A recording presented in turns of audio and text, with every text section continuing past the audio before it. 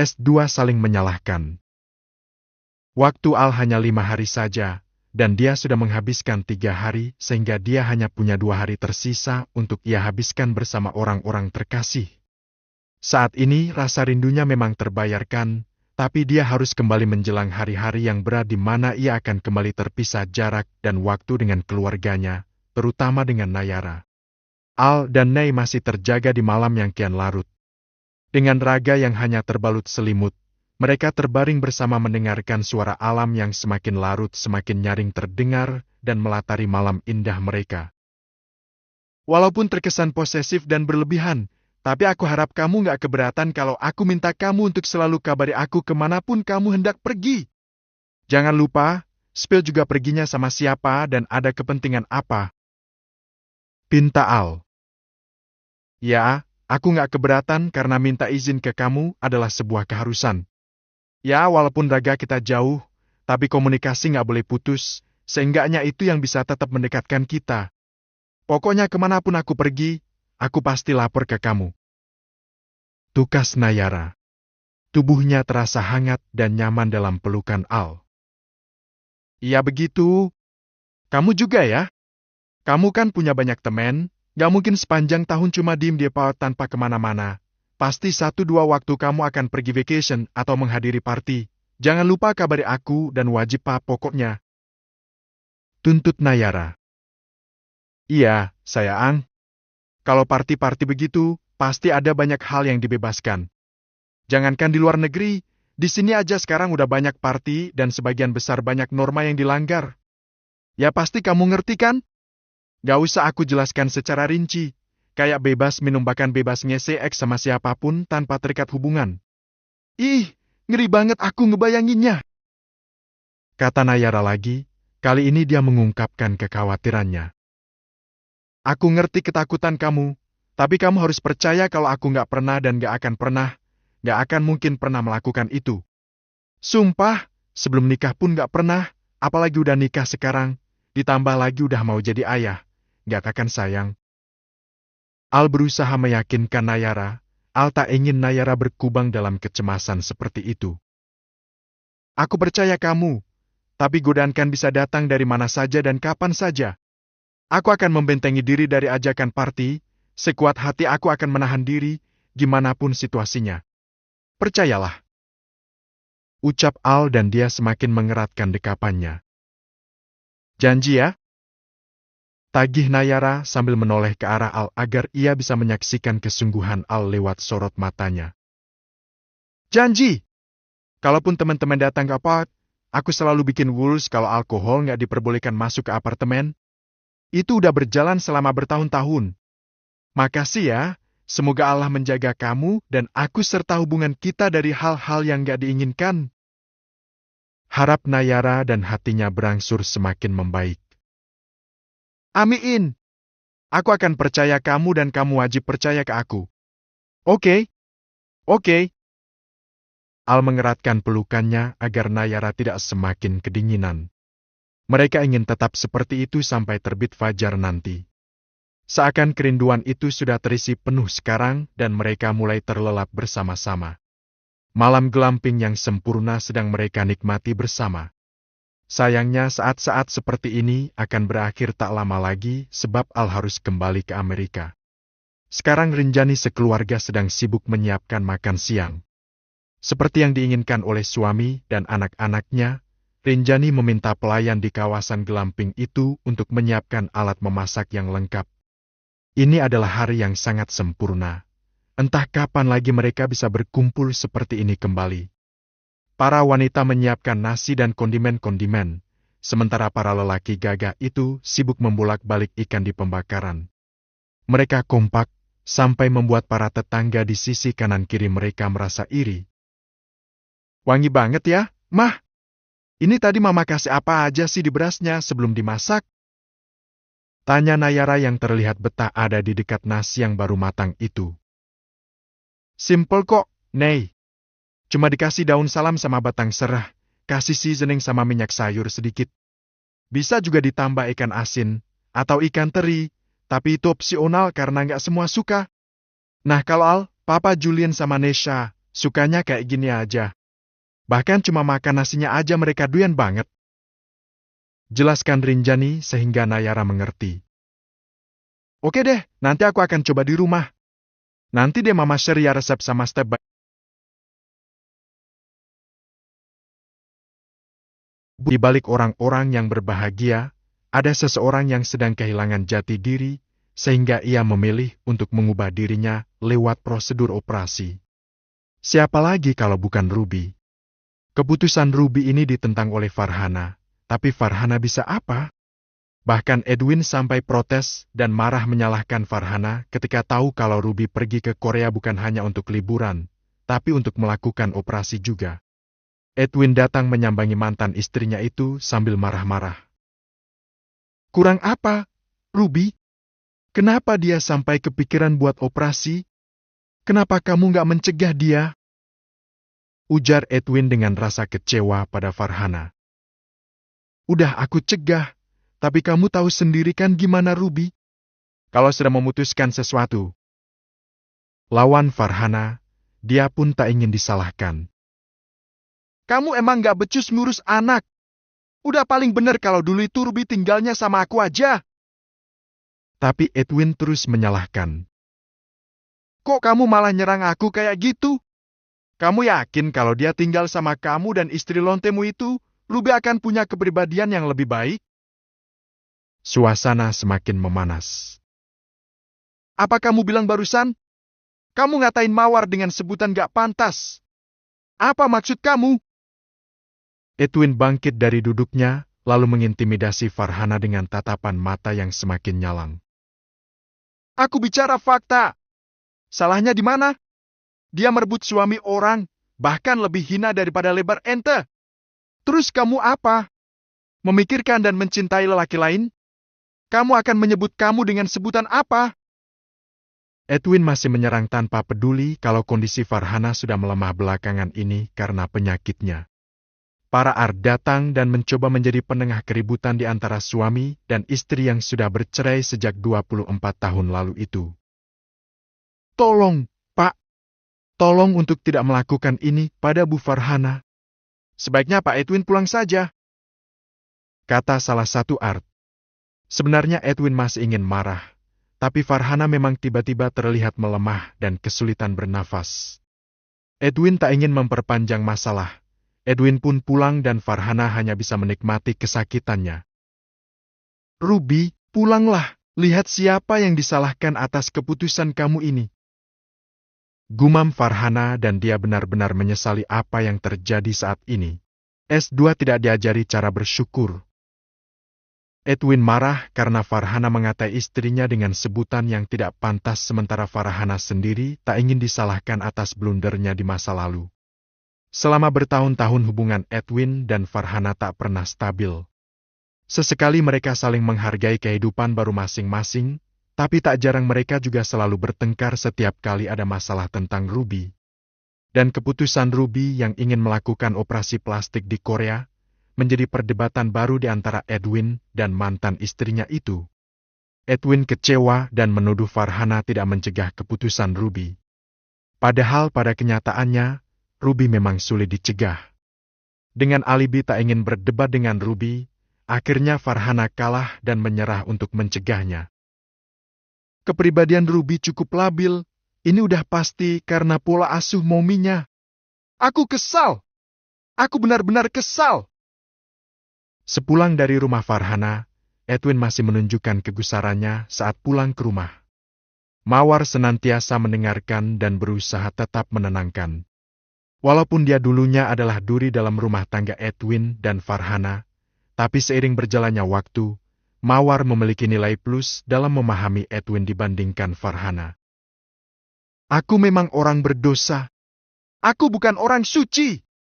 Tapi aku nggak setuju kalau anakku yang sudah cantik secara lahir, tiba-tiba ingin melakukan operasi. Apa yang Ruby inginkan? Apa yang Ruby cari? Apa Farhana nggak pernah mengajarkan dia untuk bersyukur? Edwin masih misuh-misuh. Mawar tetap tenang dan tidak berniat untuk mengompori walaupun sebentarnya hatinya sering kesal karena sikap Ruby yang tidak pernah menghormatinya sebagai ibu sambung. Kalaupun sekarang aku susul Ruby ke Korea, itu akan percuma. Mana bisa aku mencegahnya di waktu seperti ini? Udah dong, Mas. Tenang dulu, aku tahu kamu gusar, tapi marah-marah pun gak terlalu berguna, iya kan? Tenangkan Mawar. Aku kesal. Sangat kesal. Iya, aku tahu. Sebagai seorang papa, pasti kamu kecewa. Tapi karena ini udah terjadi, cobalah untuk menerima. Mau bagaimana lagi? Aku lihat di story-nya Ruby, dia sebenarnya mau nonton konser di sana. Kata Mawar tetap menenangkan. Nonton konser dan melakukan operasi. Sambar Edwin masih panas. Kamu butuh minuman dingin, aku ambilkan dulu ya. Kata Mawar tetap santai. Gak usah. Tetap di sini, dengarkan keluh kesah dan kekesalanku. Pinta Edwin. Dia tak butuh apapun. Dia hanya butuh Mawar untuk tetap di sisinya. Baiklah. Dan Mawar pun menurut. Dengan setia dia menjadi pendengar setia dari gerutuan suaminya. Dulu dia adalah seorang pelakor, tapi sekarang dia adalah seorang istri yang benar-benar dibutuhkan oleh Edwin. Acara glamping sudah selesai. Al tidak akan lama lagi ada di Jakarta. Tentulah ia ingin memanfaatkan waktu dengan sebaik-baiknya. Hari berikutnya, Al dan Nayara akan menghabiskan waktu mereka di dalam rumah. Memesan berbagai macam makanan dan minuman yang diidamkan oleh Nayara dan juga menyiapkan list film yang akan mereka tonton bersama di ruang santai mereka. Jangan thriller ah, perutku lagi mual lagi, kalau nonton yang kayak gitu malah bikin makin mual. Protes Nayara saat Al ingin menonton genre film thriller. Terus apa? Kalau bisa sih jangan romcom. Protes Al juga. Jelas terlihat kalau Al sangat anti dengan film genre komedi romantis. Emang kenapa sih? Kan nontonnya santai sambil kebawa baper tipis-tipis. Goda Nayara. Entahlah. Belum ada film romcom yang bikin aku tertarik. Terlebih aku trauma nonton film romcom lokal dan alurnya monoton terus komedinya cringe banget. Curhat Al. Pasti waktu diajakin nonton sama Wim ya? Pancing Nayara. Al tak mau menjawab. Soalnya Wim malah seneng banget sama romcom. Pungkas Nayara. Terus apa nih? Al segera mengalihkan obrolan. Drakoran aja kalau gitu. Ya. Pinta Nayara. Ya udah deh, ngalah. Al pasrah dan membiarkan istrinya yang menentukan tontotannya. Jangan tidur lo. Kamu harus ikut nonton. Kata Nayara. Ya. By the way, salad ini enak banget lo. Kamu pesen di mana sih? Tanya Nayara lalu menyendok lagi salad buah yang ada di depannya. Kamu mau lagi? Tanya Al. Bukan aku aja, tapi bayi kamu juga mau lagi katanya. Canda Nayara. Al mengelus perut Nayara sementara sebelah tangannya kembali mengorder makanan yang diinginkan oleh Nayara barusan. Tapi jangan banyak-banyak, entar kamu malah sakit perut. Ingatkan Al. Oke. Yang ini kan satu cup berdua, nah nanti juga kita makan berdua lagi. Mau pesen apa lagi? Biar sekalian. Itu aja, yang lainnya masih banyak belum kita makan. Ya udah. Hari itu mereka benar-benar santai dan enjoy. Seharian Nayara hanya ingin senderan pada Al. Dia benar-benar lebih manja dari sebelum-sebelumnya, tapi Al sama sekali tak keberatan dan ia pun menjadikan momen itu sebagai kesempatan untuk memuaskan diri karena setelah ini dia akan kembali didera rindu yang berkepanjangan ketika mereka harus berpisah lagi. Bisa nggak kalau kamu ikut aja aku ke Amrik? Aku akan minta waktu lebih lama buat urus-urus visa kamu lagi biar bisa tinggal lebih lama di sana. Cuma sampai aku lulus, kan kurang dari setahun lagi. Kata Al begitu berharap. Mau sih, tapi takut ngerepotin kamu. Ngerepotin gimana sih? Aku tuh butuh kamu, Nei. Aku akan makin semangat kalau kamu di sana. Terus nanti aku lahirannya di sana. Terus konsultasi sama check up sama dokter di sana juga? Aku pasti akan kena culture shock. Cemaskan Nayara. Apa bedanya? Kan sama aja, aku akan carikan dokter kandungan terbaik buat kamu. Aku juga nggak bisa bayangin, di saat-saat genting nanti, pas anak kita mau lahir, kemungkinan terburuknya aku nggak bisa ada di dekat kamu. Gimana coba? Padahal aku nggak mau melewatkan momen itu sedikit pun. Nayara pikir apa yang Al katakan benar. Tapi Nayara takut tidak betah tinggal lama di negeri orang.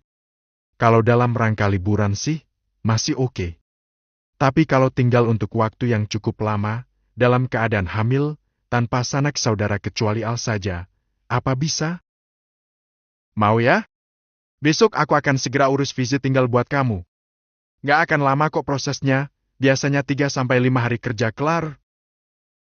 Al masih sangat berharap. Aku mau obrolin ini dulu sama ayah, sama Mama Rin dan Papa Julien juga. Kata Nayara masih agak ragu-ragu. Boleh. Tapi waktunya nggak banyak, aku akan pastikan kalau mereka akan setuju aku boyong kamu tinggal di sana. Nayara tak kuasa membantah keinginan Al. Lagi pula sudah hak mutlak Al kalau dirinya menginginkan Nayara untuk ikut kemanapun ia pergi. Oke? Tanya Al masih menunggu jawaban. Iya. Aku mau, tapi nunggu restu para orang tua juga ya. Oke. Al memberikan sebuah kecupan sebagai tanda kalau dia sangat senang dengan jawaban Nayara. Ini sangat mendadak, tapi persiapan keberangkatan ke Amerika bukan hal sulit bagi Al dan keluarganya. Tak perlu memikirkan biaya tiket dan lain-lain, Nayara bisa segera mengurus tiket pesawat dan visa dengan bantuan papa mertuanya. Al benar-benar tak mampu membayangkan bagaimana hampanya dia kalau jauh dari Nayara, apalagi ada janin yang ingin ia saksikan perkembangannya secara langsung di dalam rahim istrinya itu. Ruby menyerahkan potret wajah Rinjani pada dokter bedah plastik yang akan menjadi dokternya pada rencana operasi. Secara detail Ruby menjelaskan kalau ada beberapa bagian wajah yang ingin ia jiplak dari fitur wajah Rinjani. Dokter asal Korea itu ikut takjub karena wajah Rinjani memang memiliki rasio yang nyaris sempurna sehingga ia merasa tertarik untuk melayani Ruby sesuai dengan keinginan Ruby. S2 akhirnya balik ke Amrik. Rencana yang semalam dibuat sepertinya akan terrealisasi. Al begitu berharap Nayara ikut padanya ke negeri Paman Sam agar dia tak lagi tersiksa dengan rasa rindu yang kadang tak mampu untuk ditahan-tahan. Sementara orang kepercayaan Julien mengurus dokumen penting untuk izin tinggal Nayara selama di Amerika, Nayara dan Al pergi ke rumah Romi untuk meminta izin. Semakin Romi bersikap baik dan bijak, Nayara pun semakin menghargainya. Hubungan mereka tidak hambar lagi, apalagi Jenny sudah mulai tinggal lagi dengan Romi dan Nayara percaya kalau Romi sudah bukan lagi boneka istri barunya. Kedatangan Nayara dan Al disambut baik oleh sang ibu tiri. Kebetulan waktu itu Romi belum pulang bekerja, padahal ini sudah sore. Hai, Kak Nay. Kak Al, kangen deh. Kata Jenny yang juga menyambut kedatangan keduanya. Gimana? Sekarang di sini udah nggak kayak neraka lagi kan? Tanya Nayara sambil berbisik pada adiknya itu. Ayah selalu merhatiin aku. Sekarang benar-benar banyak yang berubah sejak Bang Jeffrey nggak ada di sini. Jawab Jenny, juga berbisik-bisik dengan Nayara. Syukurlah. Ini, Kak Al beliin kamu banyak jajanan nih. Kata Nayara lalu menyerahkan sekantong besar makanan yang mereka beli sebelum sampai ke rumah. Wah, makasih banyak Kak Al. Ucap Jenny dengan wajah cerah ceria pada kakak iparnya. Sama-sama. Sekarang udah jarang main sama Nesha? Jawab Al lalu bertanya lagi. Sesekali sih, Kak. Kalau di sekolah sih kita selalu sama-sama. Cuma sekarang aku lebih banyak di rumah bantuin ibu. Jawab Jenny. Oh gitu ya? Iya, Kak. Bantuin apa? Tanya Nayara agak heran. Apa benar Jenny mulai rajin membantu pekerjaan rumah ibu tiri mereka? Ya bantu beres-beres, nyiapin makanan, gitu-gitulah. Jawab Jenny. Rajin bener. Goda Nayara walaupun agak meragukan sang adik. Iya dong. Pas kita tinggal berdua kan aku udah diajarin banyak soal skill beres-beres rumah sama Kak Nei. Lagian sekarang ibu baik kok, gak nyebelin kayak dulu-dulu. Jawab Jenny dan dia berbisik lagi di bagian akhir kalimatnya, sehingga mengundang tawa kecil dari Al dan Nayara. Tapi Nayara bersyukur sekali kalau memang ibu tirinya sudah semakin baik sekarang. Dengan begitu Nayara tak terlalu mengkhawatirkan adiknya lagi. Apalagi dia sudah merencanakan kepindahannya ke Amerika, akan sulit untuk memantau dan memastikan kalau adiknya dalam keadaan baik-baik saja.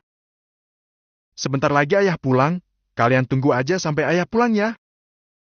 Kata Yeni sambil membawakan nampan berisi minuman dan sepiring makanan untuk disuguhkan kepada Nayara dan Al. Kok tumben ayah pulangnya telat? Biasanya kan udah selesai jam 4 sore, ini udah mau maghrib kok belum pulang? Tanya Nayara keheranan. Ayah sering ambil lembur, Kak. Katanya ayah lagi ngumpulin uang buat pergi umroh. Jawab Jenny. Oh ya? Wah, ayah punya niat buat pergi umroh ya? Alhamdulillah, moga dilancarkan deh. Ucap Nayara penuh rasa syukur. Kalau buat ongkos berangkat, bisa pakai uang tabunganku. Gak usah lembur-lembur, kasihan ayah. Ucap Al begitu pengertian. Yeni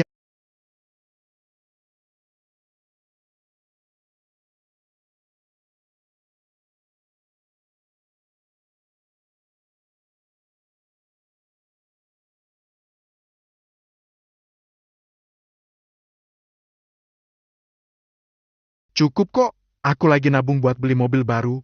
Kalau ayah sama ibu mau berangkat umroh, ya udah pakai aja dulu uangnya. Kata Al tanpa merasa terbebani. Serius? Tanya Nayara. Ya serius lah. Ayah kamu kan ayahku juga. Masa ada keinginan gak dibantu diwujudkan sih? Kata Al. Nayara senang dan bangga sekali dengan Al. Al memang sangat loyal dan betapa beruntungnya menjadi bagian dari hidupnya. Wah, apa benar begitu, Naal? Ayah sih pasti akan nolak, soalnya ayah pastinya nggak mau merepotkan kalian. Kata Yani ikut nimbrung dalam obrolan.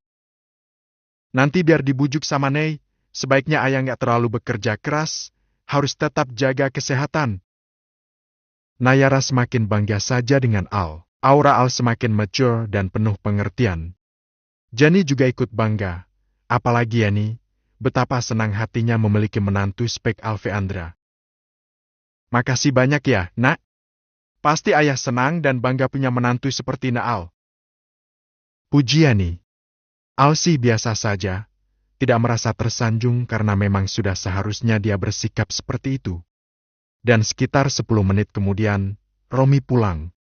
Dia yang lelah setelah bekerja lembur langsung terlihat bersemangat melihat kedatangan anak mantunya. Ada kalian? Sapa Romi dan langsung duduk bergabung bersama. Ada yang mau aku obrolin ya? Kata Nayara. Soal apa? Dan di sore itu, 2 topik utama mereka bahas. Yang pertama soal rencana Nayara yang akan ikut Al ke Amerika. Sebenarnya Romi tidak yakin, tapi dia tak mungkin mencegah keinginan Al karena saat ini, Allah yang paling berhak atas Nayara. Dan topik kedua adalah tentang umroh yang akan dibiayai oleh Al sepenuhnya memakai uang tabungan Al. Romi terlonjak kaget tapi memang itu sudah jadi rezekinya. Tanpa banyak ina-inu, Al langsung mentransfer uang senilai 100 juta rupiah ke rekening mertuanya untuk biaya daftar. Sungguh hal yang mudah baginya menyerahkan uang sebesar itu, apalagi untuk kepentingan keluarga. Alhasil, Nayara harus packing lagi. Dia memasukkan beberapa barang yang penting saja, soal pakaian dan kebutuhan sehari-hari, bisa ia beli lagi setibanya di sana. Nayara hanya membawa 1 koper barang saja, juga ada beberapa makanan yang akan sulit ia temukan di Amerika yang disiapkan oleh Rinjani. Sebenarnya Rinjani mencemaskan kondisi Nayara yang belum benar-benar terlepas dari morning sickness-nya. Tapi karena Al yang meminta, mana mungkin Rinjani tidak mengizinkan keberangkatan Nayara. Selain makanan-makanan ini, Mama Rin juga membekali aku resep-resep masakan kesukaan kamu. Kata Nayara dan dia masih memastikan tak ada barang yang tertinggal. Praktekan saat kamu udah benar-benar merasa baikan. Kata Al yang hanya rebahan santai di samping Nayara yang sedang pepal. Bismillah, semoga aku betah. Ucap Nayara. Al menyimpan ponselnya lalu memperhatikan Nayara. Aku pastikan kamu gak akan merasa bosan di sana. Aku pergi kuliah dari pagi sampai siang, kadang sampai sore. Weekend aku libur, kamu tinggal bilang aja kamu mau pergi kemana, pasti aku antar. Ya, aku akan berusaha keras buat betah di sana. Selagi ada kamu, gak mungkin aku merasa bosan. Kata Nayara. Kamu akan terbiasa kok. Aku akan punya lebih banyak waktu buat merasa nonton seri-seri yang seru. Tapi kalau 1 atau 2 kali aku ngeluh, kamu jangan marah ya. Kata Nayara. Mana ada aku marah? Ngeluh aja kalau ada sesuatu yang bikin kamu gak nyaman. Tapi di sekitar apartemen, ada cafe-cafe Asia yang jual makanan Indo juga kan? Ada 2 resto yang udah biasa aku kunjungi. Malahan owner sama pelayannya juga sama-sama orang Indo. Jadi bisa mengobati rasa kangen kamu sesekali. Baguslah. Barang bawaanku udah siap, tolong rapiin dong. Nayara meminta Al untuk menutup rapat kopernya. Oke, biar aku yang rapikan. Kamu tidur Gi, besok kita berangkat pagi-pagi. Oke? Jawab Nayara lalu memberi kecupan di pipi Al sebelum dia naik ke atas ranjang untuk segera beristirahat, sementara Al akan memastikan kalau koper istrinya sudah rapi dan tak perlu dicek-cek lagi sampai besok pagi. S2